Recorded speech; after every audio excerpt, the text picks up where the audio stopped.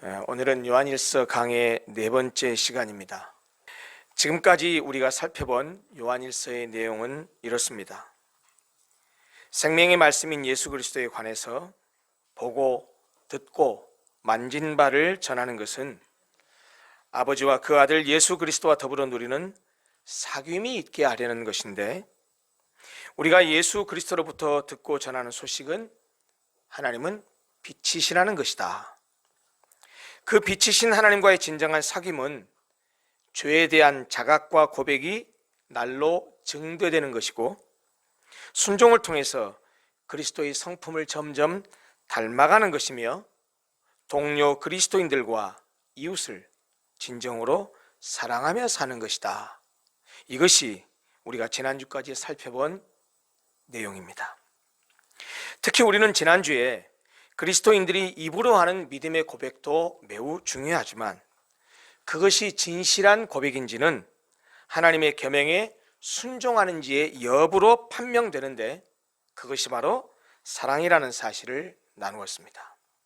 그리고 우리가 하나님을 믿고 예수를 믿는다면, 하나님과 사귀면서 믿음으로 산다면 일상의 삶에서 사랑하고 사는 삶의 유형으로 그것을 증명해야 한다라는 사실을 강조했었습니다. 이어지는 오늘 본문 말씀은 크게 두 부분으로 나눌 수 있습니다. 12절부터 14절까지는 사도 요한이 이 본서 요한일서를 쓰는 이유에 대해서 지금 말하고 있고, 그리고 15절부터 우리가 읽은 마지막 17절까지에서는 세상을 사랑하지 말라라는 주제로 교훈하고 있습니다.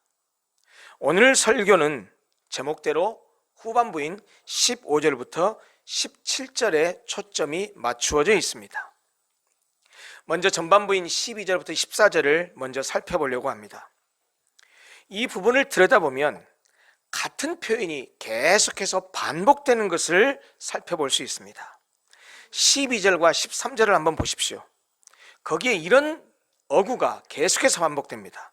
내가 너희에게 쓰는 것은, 내가 너희에게 쓰는 것은, 자녀들아, 아비들아, 청년들아 라고 부르고 나서 내가 너희에게 쓰는 것은, 내가 너희에게 쓰는 것은 계속해서 반복합니다. 물론 자녀들에게, 아비들에게, 청년들에게 이것을 쓰는 것은 다른 내용으로 묘사되고 있습니다. 또 14절에 가면 내가 너희에게 쓴 것은 이라는 그런 말이 또 반복됩니다. 차이점은 뭐냐면 12절과 13절은 시제가 현재 시제입니다. 다시 말하면 내가 너희에게 쓰는 것은 이라고 말해서 현재형으로 표현하고 있고, 14절에서는 과거 시제로 표현해서 내가 너희에게 이미 쓴 것은 이라는 말을 반복합니다. 거기에서는 앞에 12절 13절에서는 자녀들아, 아비들아, 청년들아 라고 부르고 얘기했던 반면에 14절에서는 자녀들 대신 아이들아 라는 말로 바꿨을 뿐, 아이들아, 아비들아, 청년들아 여전히 동일하게 호칭을 하면서 과거 시제로 어떤 내용들을 이야기하고 있습니다. 방금 말씀드렸다시피 12절과 13절은 차례로 자녀, 아비, 청년이라는 호칭을 사용하고 있고, 14절도 똑같이 그 대상들에 대해서 아이, 아비, 청년이라는 호칭을 사용하면서 그들을 부르고서 어떤 내용들을 말하고 있습니다. 방금 말씀드렸다시피 12절, 13절은 내가 너희에게 쓰는 것은 이라는 현재 시제를 사용했고, 14절에서는 내가 너희에게 쓴 것은 이라는 과거 시제를 사용했는데, 아마도 현재 시제를 사용한 것은 쓰고 있다라는 그 사실을 강조한 것이라고 한다면, 14절에 있는 과거 시제는 이미 쓴 내용을 강조한 것으로 보입니다. 그리고 요한이 현재와 과거 시제를 번갈아 이렇게 사용한 것은 아마 문체상의 변화를 통해서 자신이 말하고 있는 바를 변화 있고 생동감 있게 표현하려고 한 것으로 보입니다. 또 사도 요한이 호칭한 이 세 부류, 자녀, 아비, 청년, 14절에서는 자녀 대신 아이라는 말을 썼습니다. 이 호칭한 이 세 부류는 교회 안에 존재하는 세 부류의 연령층으로 생각할 수도 있습니다. 또 그것을 나이가 아닌 영적인 성숙도를 가리키는 것으로도 이해할 수 있습니다.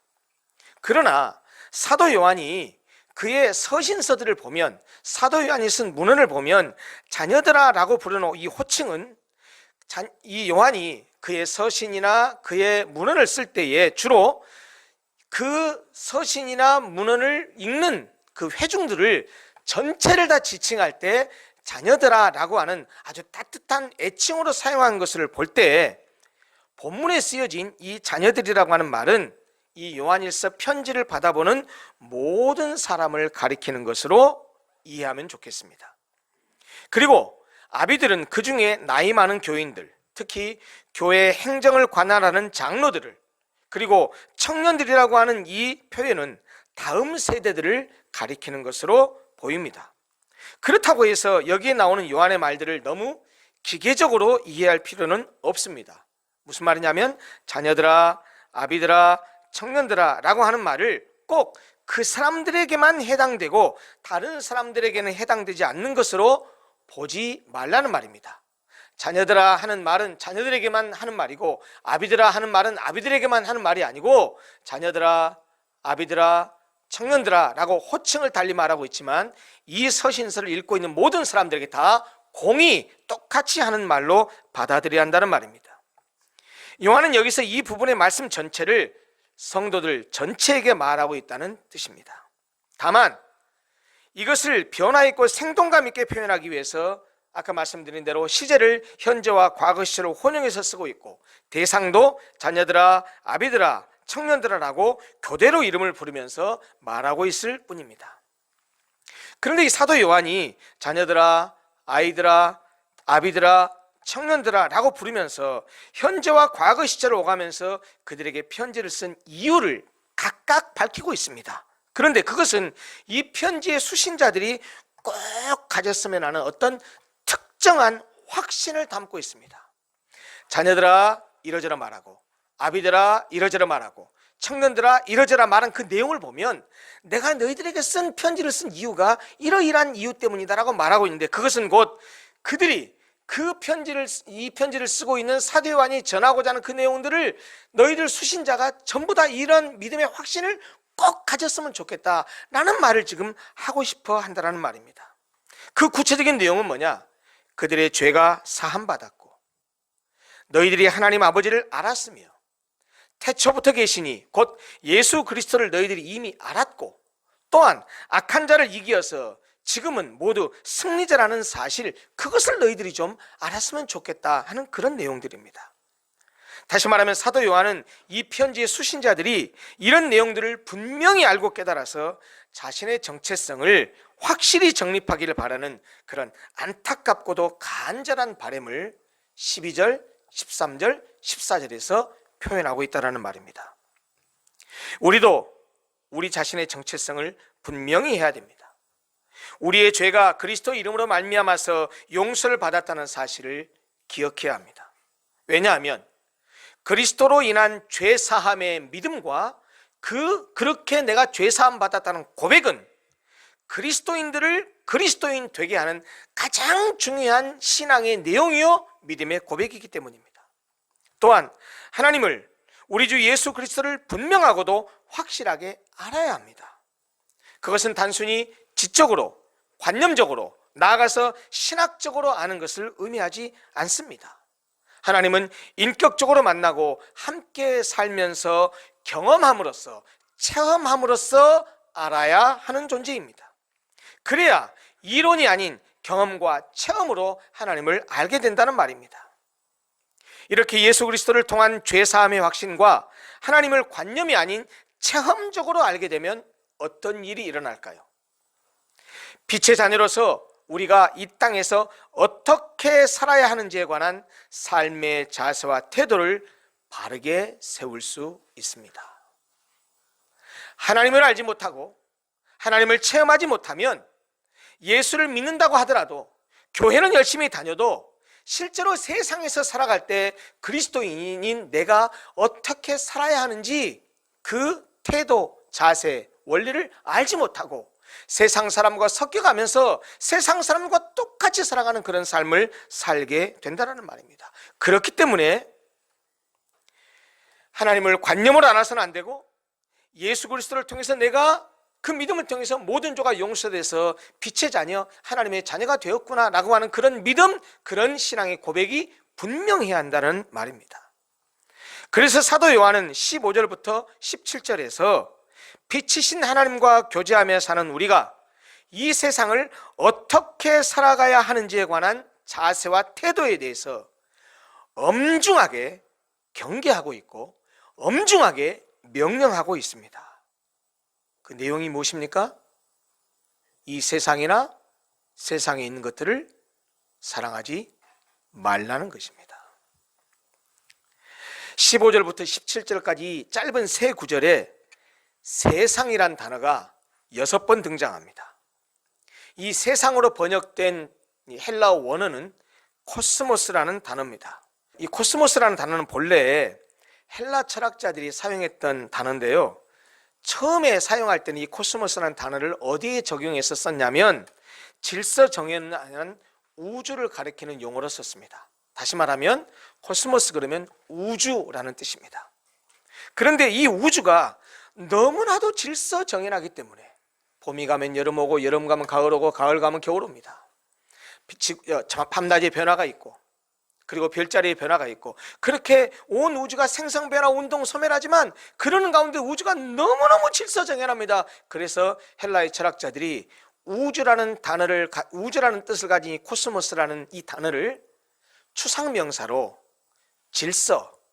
질서정연함이라는 뜻으로 확장해서 사용했습니다. 그래서 이 코스모스라는 단어는 본래 어떻게 사용됐냐면 하나님이 창조하신 질서정연한 자연계를 의미합니다.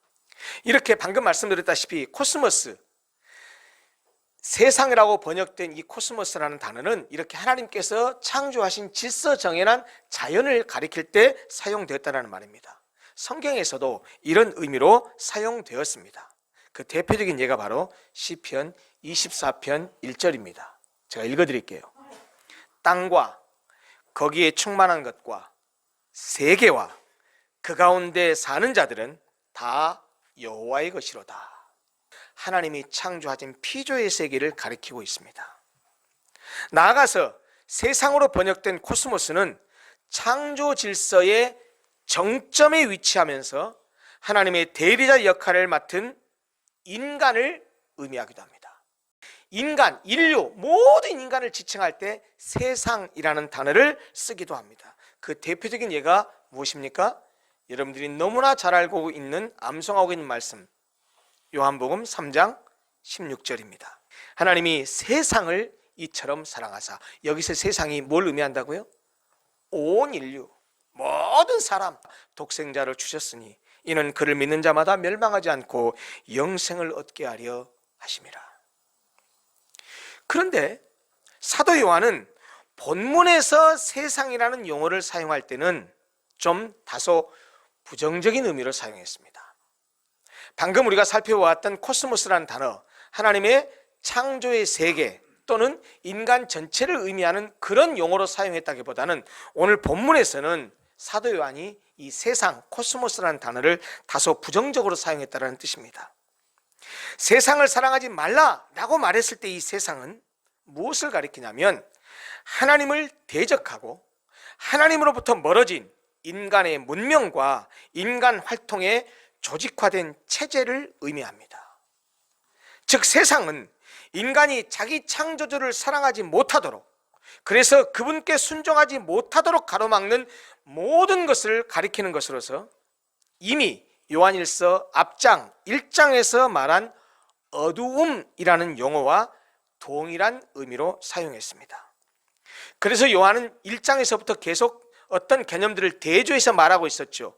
빛과 어두움, 진리와 거짓, 사랑과 미움, 이것을 대비해서 계속 말을 이어왔는데 오늘 본문에서는 하나님을 사랑하는 것과 이 세상을 사랑하는 것을 대비하면서 이 세상이나 세상에 있는 것들을 사랑하지 말라라고 단언합니다. 세상을 사랑하지 말라라고 하는 이 사도 요한의 명령은 세상을 벗하지 말라라는 야고보서의 말씀을 연상시킵니다. 야고보서 4장 4절에 이렇게 말씀하셨습니다. 세상과 벗된 것이 하나님과 원수됨을 알지 못하느냐? 그런즉 누구든지 세상과 벗이 되고자 하는 자는 스스로 하나님과 원수되는 것이니라. 성경은 이렇게 분명하게 세상을 경계합니다. 세상이나 세상에 있는 것들을 사랑하지 말고 벗삼지 말라고 하는데도 불구하고 현대를 살아가는 우리들은 그러한 성경의 요구와 명령을 약화시키는 경향으로 흐르는 것 같습니다. 불신자는 물론이러니와 예수를 믿는다고 하는 사람들도 똑같은 생각을 하는 것 같습니다. 아니, 심지어 세상이 뭐가 문제이길래 사랑하지 말라고 합니까? 라고 덤비기까지 합니다. 사실 이 세상은 반짝거리다 못해 환한 불꽃처럼 빛을 발하며 우리를 끌어당기고 있는 것이 사실입니다. 부정할 수 없습니다. 교회는 마치 과거의 흑백 사진처럼 보이는 반면에 세상은 총천연색 사진이다 못해 총천연색 동영상처럼 보이는 것도 사실입니다. 그러니 총천연색 동영상을 보는 사람이 흑백 사진을 볼 때 어떤 느낌을 갖겠습니까?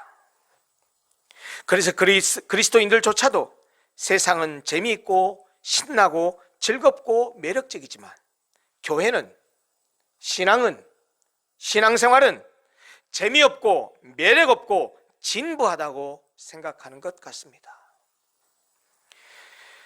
그러나 우리 그리스도인들은 성경이 말하는 대로 세상을 사랑해서는 안 됩니다. 그것이 오늘 사도 요한을 통해서 하나님께서 우리에게 주신 말씀입니다. 그러면 왜 사도 요한은 세상을 사랑하지 말라고 했을까요? 우리가 분명히 세상에서 살고 있고 세상과 더불어 살아가야 하고 세상을 등지고 살 수 없는데 왜 세상 속에 살고 있는 우리들로 하여금 세상을 사랑하지 말라고 할까요? 세상만 사랑하지 말라고 하는 것이 아니고 세상에 속한 것들, 세상에 있는 것들도 사랑하지 말라고 할까요? 이유가 뭘까요? 오늘 본문 15, 16, 17절을 자세히 들여다보면 왜 사도 요한이 이 세상이나 세상에 있는 것들을 사랑하지 말라고 했는지를 분명하게 알 수 있습니다. 첫 번째입니다. 요한이 세상을 사랑하지 말라고 한 첫 번째 이유는 세상 사랑과 하나님 사랑은 양립할 수 없기 때문입니다. 15절을 보십시오. 이 세상이나 세상에 있는 것들을 사랑하지 말라. 누구든지 세상을 사랑하면 아버지의 사랑이 그 안에 있지 아니하니. 여러분, 사랑이 무엇입니까? 가치 있는 사물이나 대상을 몹시 아끼고 귀중히 여기는 일, 이것이 사랑입니다. 그렇다면 사람들은 왜 무엇인가를 이렇게 사랑할까요? 자기가 사랑하는 그것을 통해서 만족과 행복을 얻으려고 하기 때문입니다. 따라서 우리가 무엇을 사랑하느냐는 우리가 무엇을 가치 있게 생각하느냐를 말해줄 뿐 아니라 우리가 무엇을 통해서 만족과 행복을 얻으려고 하는지를 말해줍니다.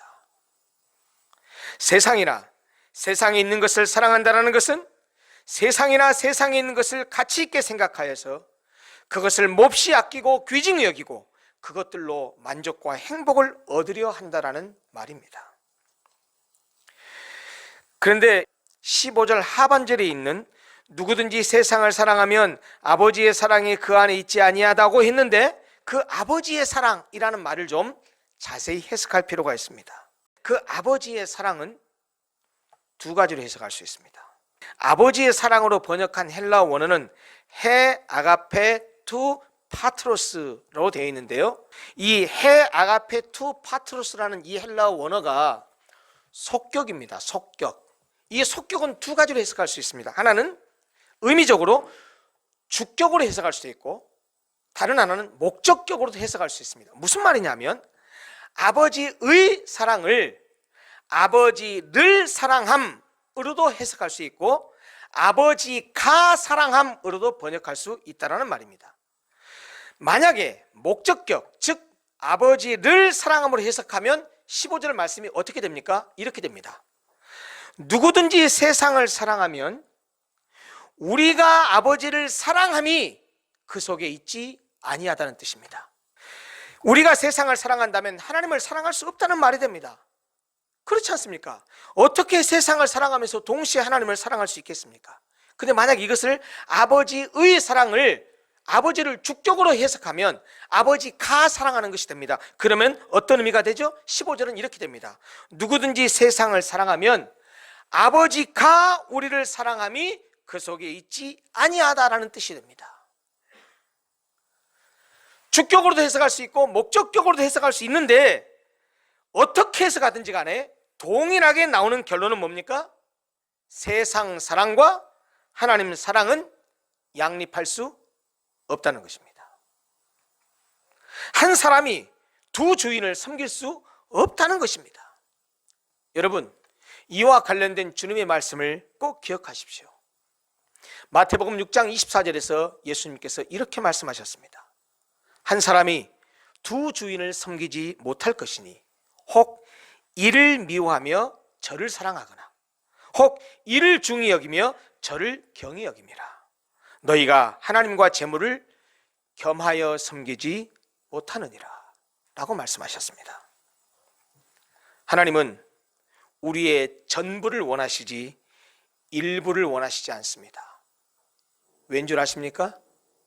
하나님은 당신의 전부를 우리에게 주셨기 때문입니다. 하나님도 우리에게 당신의 전부를 주셨기에 우리에게 우리의 전부를 요구하십니다. 너는 마음을 다하고 성품을 다하고 힘을 다하여 내 하나님 여호와를 사랑하라고 말씀하십니다. 하나님을 사랑하되 반심, 마음의 절반이나 마음의 일부, 이것을 요구하는 것이 아니고 우리의 전체 마음, 전심, 우리의 전체 마음을 다 통째로 요구하신다는 말입니다. 한쪽 다리는 세상에 걸치고 한쪽 다리는 하나님에 걸치고 이렇게 양다리에 걸치는 사랑을 원하지 않으신다는 말씀입니다.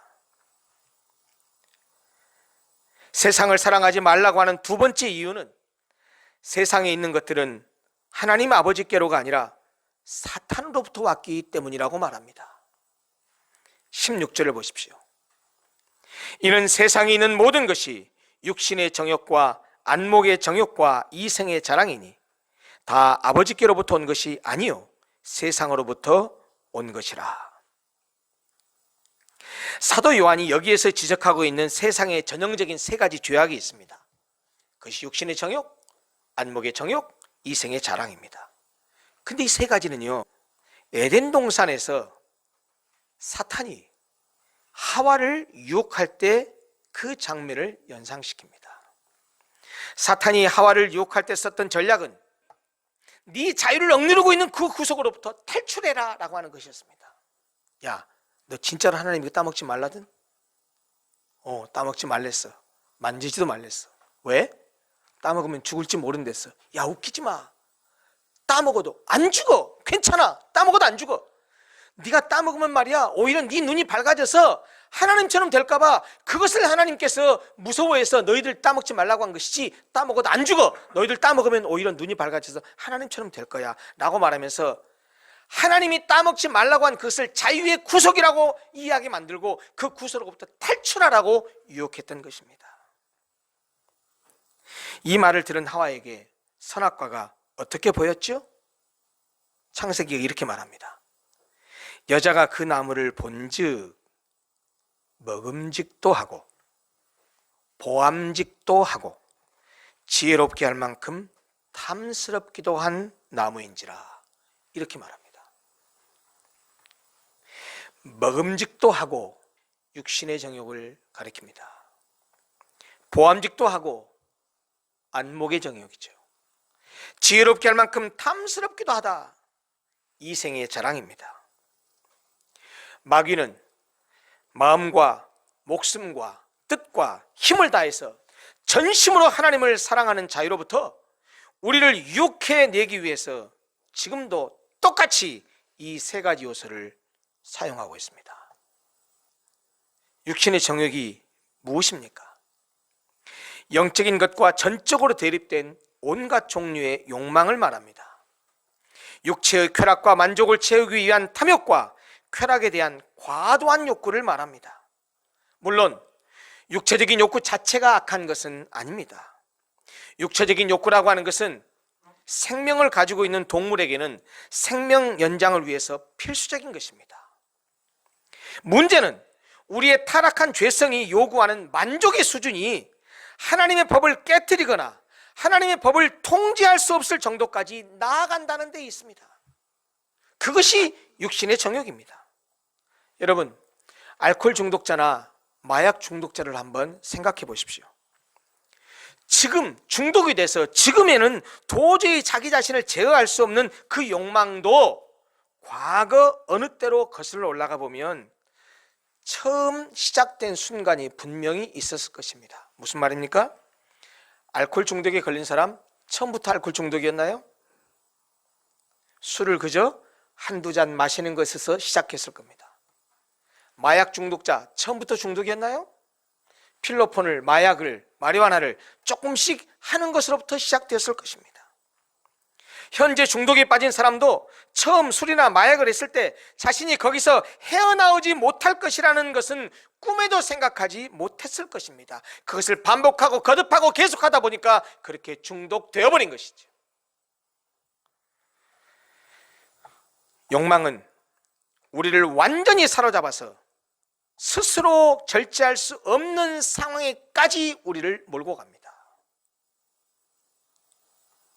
일생 동안 결혼이라는 틀 안에서 성이라고 하는 좋은 선물을 사용하라는 하나님의 지시를 거부하는 사람들은 바람을 피우고 자유연애를 하면서 자신들이 자유로운 상태에 있다고 그렇게 생각하지만 가정을 파괴하고 그로 인해서 자녀에게 상처를 주고 나아가서 그 자신도 의미 있는 인간관계를 맺지 못하고 겉도는 삶을 살게 되리라고는 아마도 상상도 못할 것입니다.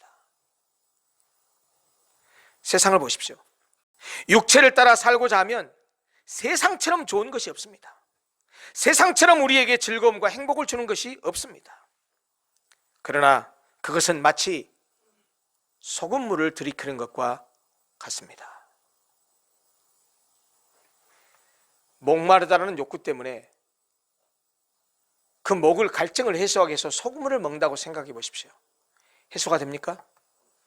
소금물을 먹으면 만족이 오기는커녕 오히려 끝없는 갈증만 더할 뿐입니다. 그러기에 우리 그리스도인들은 육신의 정욕을 통한 이 세상의 유혹에 대해서 단호하게 아니요, 노라고 말해야 됩니다. 안목의 정욕은 무엇입니까? 말 그대로 눈으로 보면서 즐기려는 욕구요, 보이는 대로 쾌락을 추구하려는 생각입니다. 눈을 즐겁게 해주고 또 눈에 좋게 보이는 것만을 추구하는 인간의 탐욕을 말합니다. 그래서 성경에도 나와 있죠. 아간은 아름다운 바벨론산 외투와 은금을 보고서 그 안목의 정욕 때문에 그것을 훔치는 죄를 범했습니다. 성군이라고 말하는 다윗은 어떠 있습니까? 목욕 중인 우리아의 아내 밧세바의 알몸을 보고 그를 취했을 뿐만 아니고 그 죄악을 감추기 위해서 살인까지 저지르는 그런 엄청난 일을 범했습니다. 최근에 사회적 이슈가 되었던 N번방 사건도 바로 이 왜곡된 안목의 정욕을 채우려는 범죄의 결과가 아니겠습니까? 세상에 있는 육안으로 보이는 것에만 집착하면 육안으로 보이지 않는 것, 영원한 것, 영적인 것을 보지 못하고 그것을 잃어버리게 됩니다. 이생의 자랑은 무엇입니까? 자신의 지위나 소유에 집착해서 헛된 이 세상의 것들을 높이고 과장하는 것을 말합니다. 물질, 지위, 외모, 이런 것들로 자신을 자꾸 높여서 말하려고 합니다. 자신이 남보다 더 나은 점들을 내보이며 그것들을 자랑하며 허세를 부리는 허영심, 그것이 바로 이생의 자랑입니다. 그래서 이런 사람들은 대화 중에도 꼭 반드시 자기 자신을 높이 드러냅니다. 그리고 다른 사람들을 자기보다 한 단계 낮은 자리에 두고 대화를 진행하려고 합니다. 왜 그런지 아십니까? 깊은 곳에 이생의 자랑, 자기 교만이 숨겨져 있기 때문입니다. 반면에 역설적으로 그것은 텅 빈 자, 내세울 것 없는 자, 그것을 감추기 위한 발버둥이기도 합니다. 이렇게 육신의 정욕, 안목의 정욕, 이생의 자랑은 하나님이 아니라 사탄으로부터 온 것입니다. 그러니 어찌 이런 것들이 우리의 사랑의 대상이 될 수 있으며 어찌 우리가 그런 것들을 사랑할 수 있겠습니까? 빛과 어둠이 함께 할 수 없는 것처럼 하나님과 세상을 함께 사랑할 수는 없습니다. 세상을 사랑하게 되면 하나님의 말씀에 순종하여 그를 사랑할 수 없고, 하나님을 사랑하게 되면 세상을 사랑할 수 없습니다. 사랑은 그 대상에 있어서 세상과 하나님이 상호 배타적입니다. 무슨 말입니까? 사랑의 대상에 있어서 세상을 사랑하면 하나님을 사랑할 수 없고, 하나님을 사랑하면 세상을 결코 사랑할 수 없습니다. 상호 배타적입니다. 양다리 걸치고 사랑할 수는 없습니다. 어찌 하나님과 세상만 그러겠습니까? 우리 인간사에 있어서도 청춘 남녀들이 한 남자 한 여자를 사랑한다고 하면서 다른 여자에게 양다리 걸치면서 사랑하면 안 되는 거 아닙니까? 나쁜 놈 아닙니까? 하나님을 사랑한다고 하면서, 하나님 사랑하면서 세상과 양다리 끼고 사랑한다면 그 정말 나쁜 놈입니다. 세상을 사랑하지 말아야 될 세 번째 이유는 세상 것들은 모두 스쳐 지나가는 것이기 때문이라고 성경이 말합니다. 마지막 17절입니다. 이 세상도 그 정욕도 지나가되 오직 하나님의 뜻을 행하는 자는 영원히 거하느니라. 여러분, 세상에 변하지 않는 것이 어디 있습니까? 영원한 것이 어디 있습니까? 젊음이 영원합니까? 청춘 남녀의 사랑이 영원합니까? 부귀 영화가 영원합니까? 정치가의 권력이 영원합니까? 아니면 연예인의 인기가 영원합니까? 이 세상의 모든 것들은 변화와 운동을 거듭하고 변천과 쇠퇴를 반복하다가 결국에는 소멸해서 사라지고 맙니다. 그래서 성경은 이렇게 말합니다. 우리의 생명은 잠깐 보이다 없어지는 안개니라 라고 말합니다. 게다가 성경은 뭐라고 말합니까? 이 세상을 뭐라고 말합니까? 장차 망할 성, 장망성이라고 말하지 않습니까? 왜 세상을 사랑하지 말아야 되는지 아십니까? 이 세상은 장차 망할 성, 장망성입니다. 그러기에 세상을 사랑하는 것을 투자하는 것은 가장 어리석은 짓입니다. 이렇게 이 세상과 세상에 속한 것은 모두가 잠시 잠깐이지만 하나님과 하나님의 뜻은 영원무궁합니다. 그러기에 하나님의 뜻을 행하는 사람, 즉 하나님의 말씀 안에서 말씀대로 사는 사람은 영원히 살 것이라고 오늘 본문 17절이 마무리하고 있습니다. 이제 말씀을 마무리하려고 합니다. 사랑하는 성도 여러분, 우리는 세상 속에 살 수밖에 없습니다. 세상을 떠나 살 수도 없고 세상을 등지고 살 수도 없습니다. 불교는 산으로 들어가는 종교지만 기독교는 세상으로 가라고 말합니다. 그런데 문제는 세상 속에 사는 우리를 사탄이 유혹한다는 것입니다. 어떻게 유혹합니까? 세상 속에서 적당히 타협하고 살라고 말합니다. 속지 마십시오. 세상과 타협하는 것은 세상을 사랑하는 것이요, 세상을 사랑하는 것은 하나님을 배신하는 것입니다. 우리는 세상 속에 살지만 세상을 사랑하면 안 됩니다. 세상 속에서 구별되어 산다는 것, 성도로서 산다는 것이 바로 그런 의미입니다. 세상 사람들은 육신의 정욕과 안목의 정욕과 이생의 자랑을 추구하고 집착하고 사랑하고 살지만 우리는 오직 하나님의 뜻을 행하면서 하나님만을 사랑하며 살아야 합니다. 그러기에 혹 하나님보다 사랑하는 것이 있다고 한다면 버려야 됩니다. 하나님을 대신해서 사랑하는 우상이 있다고 한다면 그것도 버려야 됩니다. 세상이나 세상에 속하는 것을 향하는 그런 우리 마음이 있다고 한다면 그런 마음도 내려놓아야 됩니다.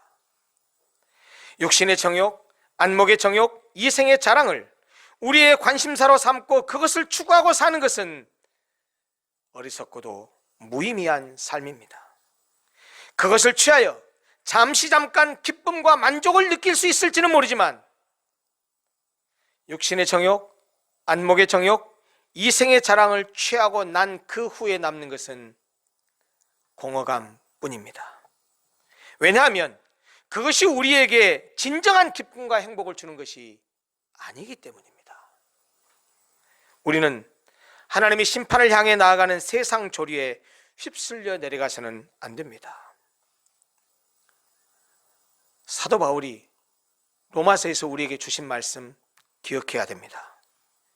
너희는 이 세대를 본받지 말고 오직 마음을 새롭게 함으로 변화를 받아 하나님의 선하시고 기뻐하시고 온전하신 뜻이 무엇인지 분별하도록 하라.